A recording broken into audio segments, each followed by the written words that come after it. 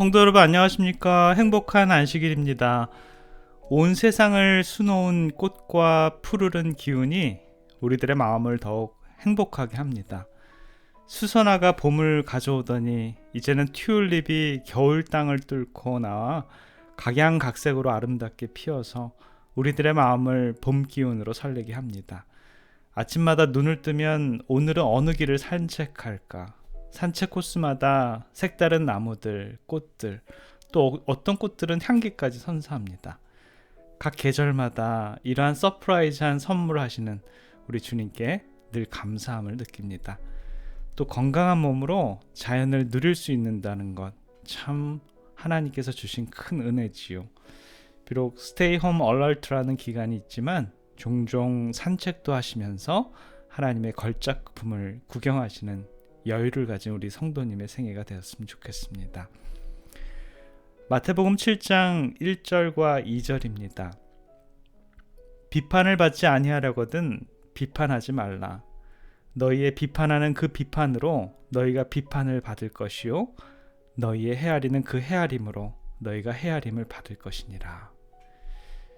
비판은 누구에게나 반갑지 않은 손님입니다. 적당한 비판, 화난 비판, 그릇된 비판, 여러 비판들이 있지만 위의 성경절들은 비판을 받지 아니하려거든 먼저 비판을 하지 말라라고 이렇게 말씀하십니다. 예수님께서는 유대인들에게 매우 익숙한 이야기들을 주로 화제로 들어서 가르치셨습니다. 유대 랍비들은 여러 경우에 남을 비판하지 말라고 가르쳤습니다.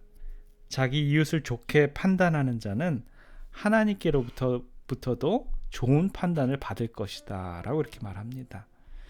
유대인들 사이에는 꼭 행해야 하는 덕목으로 6가지를 가르치고 있는데요. 첫 번째 덕목은 연구하는 것입니다. 하나님의 말씀을 배우는 것, 아름다운 덕행 중에 하나지요. 그런데 배우는 것도 하나님 앞에서 마음이 바로서야 올바로 배울 수 있습니다. 온유하고 겸손하고 부지런해야 주님을 바로 배울 수 있는 것이지요. 성숙한 그리스도인이 되기 위해서는 하나님의 말씀을 배우는데 더 열심을 가져야 할 것입니다. 두 번째 덕목은 병자를 방문하는 것입니다. 아픈 사람을 돌보는 것은 아무나 할 수 있는 것이 아니지요. 우선 마음이 따뜻하고 그 마음에 사랑이 넘쳐야 병든 사람들을 찾아볼 수 있습니다. 어쩌면 사람이 가장 그리울 때가 바로 병들었을 때입니다. 이때는 사람들의 마음의 문이 열립니다. 환우들을 방문하는 것은 영적인 교감을 이루는데 가장 좋은 때인 것입니다. 세 번째 덕목은 손님을 대접하는 것입니다. 이웃에게 개방적으로 살고 이웃과 더불어서 기쁨을 나누면서 살아야 복을 받습니다. 가만히 보면 잘 되는 집은 항상 사람들의 왕래가 많습니다. 어쩌면 교회도 대접을 잘하는 교회가 하나님께 큰 복을 노리는 그런 교회가 될 것입니다. 유대인들이 가르치는 네 번째 덕목은 기도에 전념하는 것입니다. 언제 사람이 가장 순수하고 아름답습니까? 바로 마음을 가다듬고 진심으로 하나님께 기도할 때입니다. 기도 시간에는 사랑하는 사람만 생각납니다. 기도할 땐 항상 축복하고자 하는 마음으로 가득 차 있습니다. 그러니 부부간이든 이웃간이든 싸우게 되면 기도의 문이 막히게 됩니다. 기도하고자 하는 마음이 사라집니다. 내가 기도하는 것, 내가 기도할 수 있는 것은 내가 가장 평화로운 때인 것입니다. 다섯 번째 덕목은 자녀들에게 하나님의 말씀을 가르치는 것입니다. 자녀들에게 믿음을 물려주고 지혜와 지식의 근본이 되는 하나님의 말씀을 가르치는 것이 가장 귀한 일입니다. 유대인들은 자녀들에게 경제관념을 꼭 가르치는데요. 돈 버는 법을 가르치지 않으면 도둑질을 가르치는 것이나 다름없다라고 유대인들은 생각을 합니다. 그와 같이 자녀들에게 하나님을 말씀을 가르치지 않으면 영생을 빼앗아 버리는 결과가 됩니다. 영원한 나라인 하나님의 나라를 잃어버리게 되는 것이지요. 마지막으로 유대인들이 지키는 이 마지막 덕목이 있는데요. 사람들의 좋은 점을 생각하는 것입니다. 장점을 생각하는 것은 정말 아름다운 덕행입니다. 모든 것을 하나님의 은혜로 생각하는 것, 모든 것을 사랑의 눈으로 바라보는 것, 이것이 귀한 마음이며 참 신앙이요 참 사랑인 것입니다. 참고 믿고 바라고 견디는 사람은 더 나아가 다른 사람을 칭찬할 줄 아는 그러한 사람입니다. 넉넉한 사람, 참 큰 사람이죠. 본문의 말씀처럼 주님께서 우리에게 비판하지 말라라고 말씀하셨는데요. 왜 그러셨을까요? 남을 비판하지 말라고 하는데 우리는 자주 우리들의 시각에서 저건 저렇게 하는 게 아닌데 라고 하는 우리들의 잣대들에 남을 판단하고 비판합니다. 마음속으로 남을 정죄하려고 하는 그런 마음들이 이렇게 막 솟아나온다라는 것입니다. 제가 생각해도 저의 성품에서 향상해야 하는 점이 바로 이 부분이다라는 생각이 듭니다. 저는 나름대로 참기를 잘 잘합니다. 인내도 많습니다. 화도 잘 안 냅니다. 그러나 때때로 판단도 하고 내 생각에 옳지 않거나 마음에 들지 않으면 주님 말씀을 거역하고 비판과 판단을 합니다. 세상은 적당한 비판을 직장과 공동체 사회에서 발전을 위해서라 하라고 권장을 하는데요. 그러나 예수님은 우리들에게 그렇게 하지 말라라고 그렇게 말씀하십니다. 그렇다면 과연 발전을 위해서 필요한 비판을 왜 하지 말라고 하실까요? 그곳에는 이유가 있는 것 같습니다. 자, 한번 알아볼까요? 첫째는 우리들의 판단력이 정확하지 못하기 때문입니다. 헬겔이라는 랍비는 너가 그 사람의 환경이나 입장이 될 때까지는 사람을 판단하지 말아라 라고 말을 합니다. 우리는 다른 사람들을 잘 알지 못합니다. 또한 그 사람의 마음을 느낄 수도 볼 수도 없습니다. 그리고 그 사람의 입장에서 우리는 생각할 수도 없다라는 것입니다. 마태복음 7장 3절 이하에 보면 어찌하여 형제의 눈 속에 있는 티는 보고 내 눈 속에 있는 들보는 깨닫지 못하느냐. 보라, 내 눈 속에 들보가 있는데 어찌하여 형제에게 말하기를 나로 내 눈 속에 있는 티를 빼게 하라 하겠느냐. 외식하는 자여, 먼저 내 눈 속에 들보를 빼어라. 그 후에야 밝히 보고 형제의 눈 속에 티를 빼리라. 다른 사람들의 잘못을 체크하기에 앞서 자기 자신을 냉정하게 살펴야 할 것입니다. 미켈란젤로가 어느 한 부자의 부탁으로 석고상을 만들었는데요. 그 부자는 동상처럼 아주 크게 어느 유명한 분의 얼굴을 조각해 달라는 것이었습니다. 그런데 조각이 다 끝나자 주인은 코가 너무 뾰족하다고 조금만 깎아내달라고 합니다. 그러나 미켈란젤로는 아무리 보아도 그 조각의 코는 정상이었습니다. 그래서 주인 몰래 석고가루를 한 움큼 쥐고 올라가서 거짓으로 긁는 척하면서 석고가루를 손에서 조금씩 떨어뜨렸습니다. 이때 한참 동안 밑에서 지켜보던 주인이 이제 그만하면 되었습니다 라고 말을 했습니다. 그래도 미켈란젤로는 일부러 계속 석고가루를 더 떨어뜨렸습니다. 그러자 주인은 다시 쳐다보고는 이제 코가 작아졌네 하며 투덜거렸다라고 합니다. 티라는 것은 크고 번쩍거려 안 볼래야 안 볼 수가 없기 때문이 아닙니다. 티가 여러분을 소리쳐 불러 시선을 끌기 때문인 것도 아닙니다. 햇살을 떠다닐 수 있는 만큼 작은 티끌을 보게 되는 이유는 사람이 그것을 찾고 있기 때문입니다. 들보는 보지 않을래야 보지 않을 수 없지요. 그러나 눈에 불을 켜고 보려고 하지 않는 사람이면 아무도 티와 같은 보잘것없는 흠을 보게 되지는 않을 것입니다. 우리의 눈과 판단은 절대적이거나 옳지 않고 상황에 따라 변하기 때문에 주님께서 판단을 하기 전에 먼저 나 자신의 들보, 즉 티를 먼저 보라라고 이렇게 하시는 것이지요. 야고보서 4장 11절에 이하에 있는 말씀에 보면 형제들아 피차에 비방하지 말라. 형제를 비방하는 자나 형제를 판단하는 자는 곧 율법을 비방하고 율법을 판단하는 것이라. 내가 만일 율법을 판단하면 율법의 준행자가 아니요 재판자로다. 입법자와 재판자는 오직 하나이시니 능히 구원하기도 하시며 멸하기도 하시느니라. 너는 누구간데 이웃을 판단하느냐.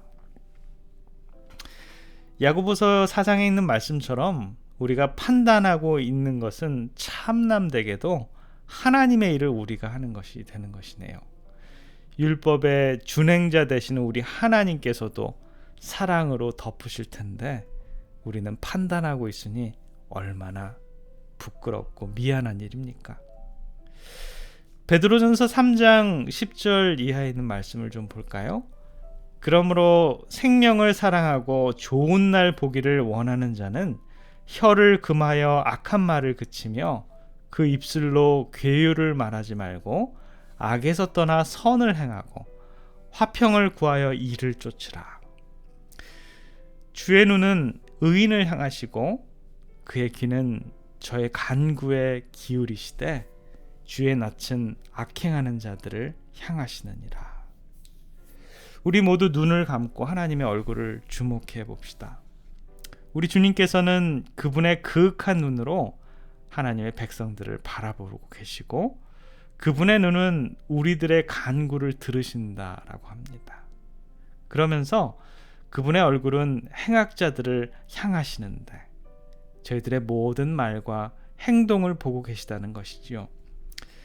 그러나 우리들은 판단하고 우리와 다르다고 비판하고 있지는 않은지요. 어쩌면 비판은 영적으로 이 배경이 있습니다. 첫 번째, 이 비판은 교만한 데서 나옵니다. 온순하면서 겸손하면 이 비판이 나오지 않습니다. 내가 잘하고 내가 잘나고 내가 잘 믿고 내가 훌륭하고 내가 흠이 없기 때문에 생각이 남을 비판하게 만든다라는 것입니다. 한번 반대로 생각해 보십시오. 여러분 겸손해 보십시오. 우리는 비판할 수가 없습니다. 겸손한 사람이 비판할 리가 없습니다. 입으로 비판하는 것 같지만 그 마음에 벌써 교만이 들어앉아 있기 때문에 비판하는 것입니다. 누가복음 18장에 나오는 바리새인도 자기의 교만한 생각 때문에 옆에서 기도하는 세리를 비난한 것입니다. 가롯 유다는 항상 비판했습니다. 요한복음 12장 6절에 보면 이렇게 말함은 가난한 자들을 생각함이 아니요 저는 도적이라 돈깨를 맞고 거기에 넣는 것을 훔쳐 가밀러라 라고 이렇게 말했습니다. 너의 마음에 도적이 있기 때문에 너가 훔쳐가려고 남을 비판한다라는 것이죠. 세상에 있는 많은 사람들이 비판하는 것은 바로 그 마음에 가롯 유다처럼 선한 생각이 아닌 악한 생각이 자리를 잡고 있기 때문입니다. 그래서 성경 말씀대로 비판하지 말아야 내 영혼이 잘 됩니다. 예수를 믿으면서도 시들해지고 기도하면서도 은혜가 되지 않고 우리의 생명에 소성하지 못하는 이유는 우리가 이웃을 사랑하지 못하기 때문입니다. 남에 대해서 판단하고 비판하기 때문이지요. 세계적으로 유명한 인사들은 하나같이 비판을 나쁘게 말하는 공통점을 가지고 있습니다. 미국의 강철왕 카네기는 죽을 때까지 남의 원망을 사고 싶은 사람이 있거든 남을 신랄하게 비판해보라 라고 말했습니다. 테일러라는 분은 비평가라는 것은 문학이나 예술이나 실패한 사람들이 남을 비판하고 판단하는 것이다 라고 말했습니다. 또 톨스토이는요, 사람이 자기 자신을 극복했을 때 비로소 남을 비방하지 않게 된다라고 말했습니다. 우리가 우리 자신을 내 자아를 깨달았을 때 결국에는 하나님의 피조물인 다른 사람들도 저 사람들이 정말 하나님의 사랑의 존재라는 것을 깨닫고 그 남을 비판하거나 판단하지 않게 된다라는 것입니다. 로마서 14장 13절에 보면 그런즉 우리가 다시는 서로 판단하지 말고 도리어 부딪힐 것이나 거칠 것으로 형제 앞에 두지 아니할 것을 주의하라 라는 말씀이 있습니다. 이 부분을 성경 주석에서 풀어보면 이렇습니다. 서로 판단을 해서는 안 되지만 만약에 판단을 해야 할 처지가 되더라도 다른 사람을 비판하는 차원에서 판단을 하는 것이 되지 않게 해야 한다라고 설명합니다. 또한 이러한 판단과 비판을 통해 영적으로 형제를 넘어지게 하는 결정이 되지 않게 해야 한다라고 이렇게 얘기합니다. 결론적으로 말하면 우리가 판단하고 비판함으로 말미암아서 상대방에게 상처를 주지 않아야 된다라는 것입니다. 상대방이 그 상처 때문에 쓰러지지 않게 해야 된다라는 것입니다. 사도 바울 선생님은 로마서에 있는 말씀을 통해서 판단하지 말아야 한다라고 말한 첫 번째 이유는요, 사람이 서로에게 책임을 지는 것이 아니라 우리들의 주인이며 재판장이신 하나님께서만 우리를 책임진다라는 것이죠. 저와 여러분들은 우리는 피조물이기 때문에 주인이 아닌 것입니다. 오직 판단할 수 있는 분은 우리 하나님이신 것이죠. 그리고 또 사도 바울 선생님이 우리에게 판단해서는 안 되는 두 번째 이유는 그가 자주 반복한 그리스도인의 사랑의 법칙을 보면 알 수 있습니다. 믿음 안에서 강한 신자들은 그들보다 연약한 형제들의 감정과 양심에 대한 관용에서 우러나오는 배려를 해야 할 것입니다. 그들의 마음을 상하게 하거나 혼란시키지 않도록 모든 주의를 해야 하고요. 이 모든 것들 앞에는 하나님의 사랑으로 우리의 형제들을 배려해야 함을 나타낸다라는 것입니다. 산상본 56페이지, 57페이지에 보면 우리는 주위에 있는 사람들에게서 결점과 약점을 본다 그랬어요. 저와 여러분들은 이렇게 눈에 보입니다. 상대방의 뭐가 잘 보여요? 결점과 약점이 잘 보인다라는 것이에요. 그러나 하나님께서는 모든 사람을 창조를 통한 소유와 그리스도의 보배로운 피의 지불을 통한 소유, 곧 당신의 이중적인 소유로 주장하신다라고 이렇게 얘기합니다. 이 말씀은 무슨 말씀이냐면 하나님께서 우리들을 만들어주신 창조자시고 우리는 피조물이다라는 것이죠. 그리고 죽을 수밖에 없는 그 영혼을 예수님의 보배로운 피로 그 피의 값으로 지불을 통해서 우리를 다시 사셨다라는 것입니다. 그래서 하나님의 이중적 소유가 바로 사람들이다라는 것입니다. 그분의 형상대로 지음을 받은 모든 사람, 심지어 가장 타락한 사람까지도 존경과 친절로서 대해져야 한다라고 이렇게 얘기합니다. 하나님께서는 그리스도께서 위하여 목숨을 버리신 한 영혼을 모독하는 한마디의 말에 대해서도 우리에게 책임을 지우실 것이다 라고 이렇게 말합니다. 치료병사 166페이지에 있는 말씀도 보겠습니다. 사람이 잘못을 지적당하는 것은 언제나 굴욕적인 일이다. 어떤 사람도 쓸데없는 비난으로 그 경험을 더욱 쓰라리게 만들지 말아야 한다. 어떤 사람도 지금껏 비난으로 개선된 일이 없다. 오히려 많은 사람들이 비난으로 반감을 갖게 되고 마음속에서 일어나는 각성을 잃어버리게 되었다. 부드러운 정신과 친절하고 상냥한 태도는 실수한 사람들을 구원해내고 많은 죄를 가리워준다. 입장을 바꿔보면 너무나도 자명합니다. 내가 하는 비판의 정신, 내가 하는 판단과 같은 것을 다른 사람을 통해 내가 듣게 된다면 좋지 않는 것은 당연한 것이죠. 상당히 굴욕적이고 자존심이 상하고 기분 나쁜 일입니다. 그러한 일을 우리의 마음속에서 만들어내는 것은 분명 하나님의 영이 아닌 다른 영임을 우리는 깨달아야 한다는 것입니다. 내가 누구인지 이제 알았습니다 라는 책이 있는데요. 그 책에 보면 이런 글이 있습니다. 권면은 당신이 목격한 행동에 대한 것이고 판단은 인격에 관한 문제이다. 우리는 다른 사람들의 죄에 대해서 대결해야 하겠지만 그들의 인격을 판단해서는 안 된다. 행위를 권면하는 것은 우리의 할 일이지만 인격을 판단하는 것은 하나님의 일이다. 우리 스스로 성령의 역할을 대행하려고 할 때 사람들로부터 비판을 받거나 거절당하게 된다.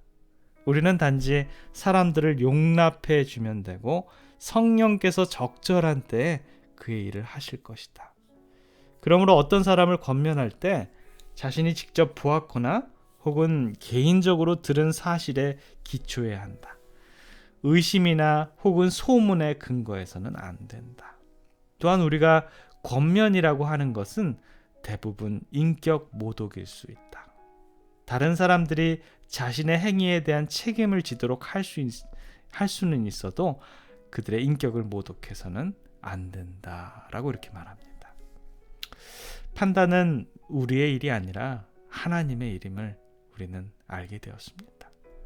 우리가 하는 권면의 대부분이 사람들에 대한 인격을 모독하는 일임을 우리는 기억해야 하겠습니다. 저와 여러분들이 우리가 다른 사람들을 판단하고 비판한다라고 하면 그 상대방이 그 느낌을 우리가 느꼈을 때 참 굴욕적이고 참 상처가 되고 힘들다라는 것이죠.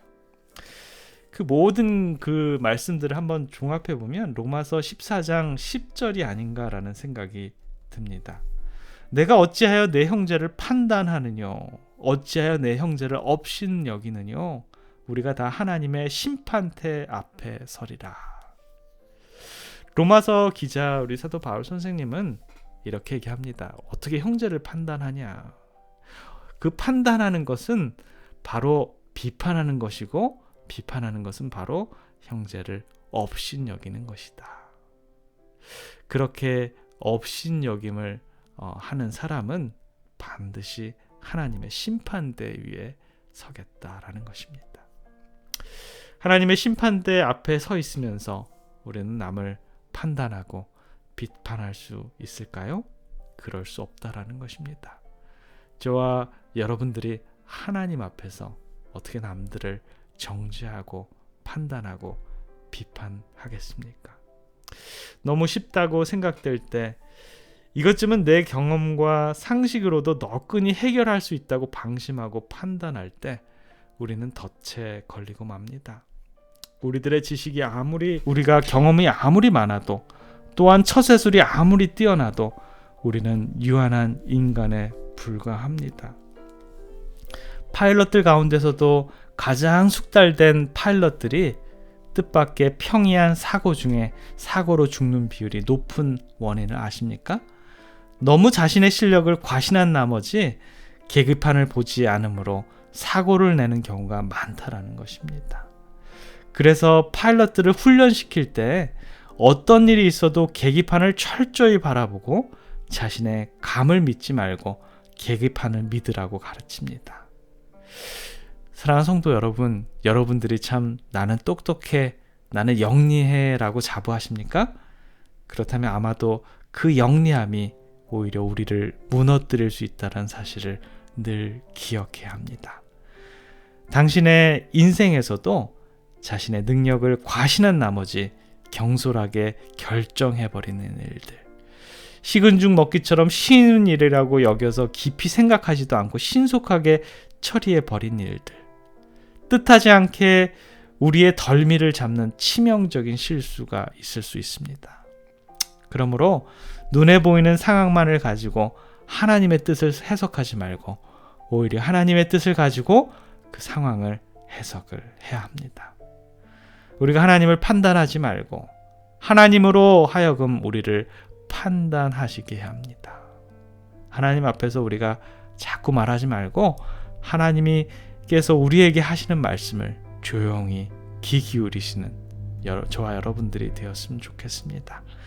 이 한시기를 우리를 판단하시고 우리들에게 가장 좋은 길로 인도해 주시기를 원하시는 그분의 음성을 귀 기울이시는 우리 하나님의 귀한 백성들의 삶이 되시기를 기원하면서 말씀을 드리겠습니다. 기도하겠습니다. 사랑의 아버지 하나님, 그리스도인이라고 자처하면서 우리들의 삶 속에 수많은 관계에서 나보다 남을 더 낮게 여기고 배려함에도 불구하고 나의 잣대로 상대를 판단하고 비판하는 경우가 참 많이 있었습니다. 아버지 하나님, 하늘 가는 우리 주님의 백성들의 삶 속에서 꼭 갈고 닦아야 할 부분이 바로 이 판단하는, 비판하는 부분을 우리 인정합니다.